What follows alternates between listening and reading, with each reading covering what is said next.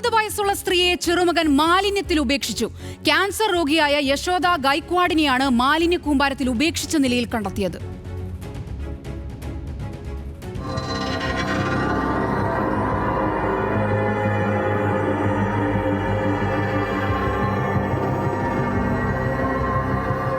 ശനിയാഴ്ച രാവിലെ അരേ കോളനിയിൽ നിന്നാണ് 60കാരിയായ യശോദയെ മാലിന്യ കൂമ്പാരത്തിനിടയിൽ നിന്നും മുംബൈ പോലീസ് കണ്ടെത്തിയത്.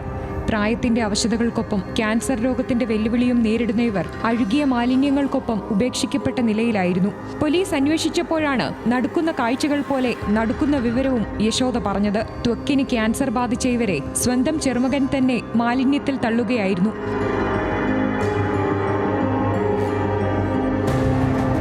പോലീസ് കണ്ടെത്തിയപ്പോൾ മുഖവും ശരീരവും പഴുത്ത മുറിവുകളുള്ള നിലയിലായിരുന്നു. കൃത്യമായ ചികിത്സയും ഇതുവരെ ലഭിച്ചിരുന്നില്ല.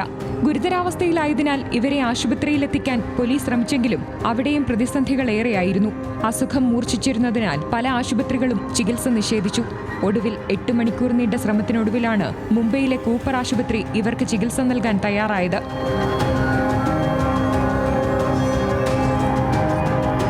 രണ്ട് വിലാസങ്ങളാണ് യശോദ കുടുംബത്തിന്റേതാണെന്ന് അവകാശപ്പെട്ട് പോലീസിന് നൽകിയത്.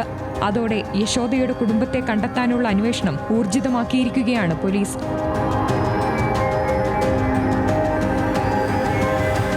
National desk, news Malayalam.